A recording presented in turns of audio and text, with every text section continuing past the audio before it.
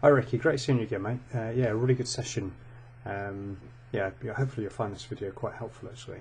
So if we just have a look at the swing here, just keep an eye on the height of the head. I'll put that yellow line as the reference point. So if you just see how you lift quite excessively as you get up to the top of the backswing. Now clearly you're putting yourself 3, 4, 5 inches further away from the golf ball. Really difficult to then obviously you have to drop to kind of close down the gap, and that's an extra movement that we could do without in the swing.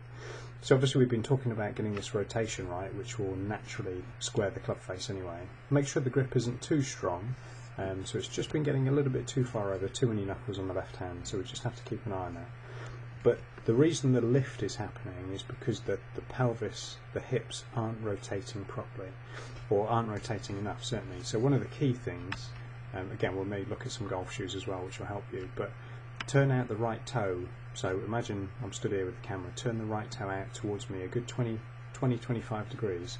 Now that's going to help to turn the pelvis. And do you remember I was saying, what we don't want is we don't want you to roll out onto the right side of the foot, so that would just be a sway back towards the camera. We don't want that. We actually want you to turn your hips and feel as if you're staying a little bit more on the front foot.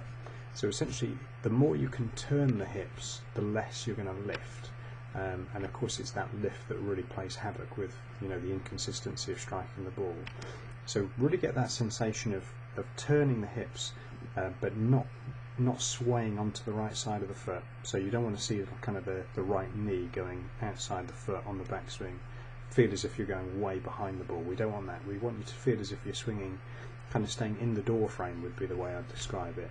But we've got to make sure that we get the pelvis turning more than we are. So what I'm really looking for, if you're doing it correctly, what we'll see is this left leg will be much straighter, but also we'll actually see a big gap between your legs, and that shows that the hips are turning properly.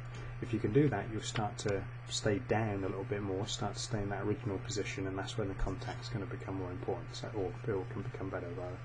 So yeah, have a work on that, and hopefully we'll be able to maybe squeeze you in this week or next week, and we can keep at that. But just for now, that's the really important thing that we need to work on.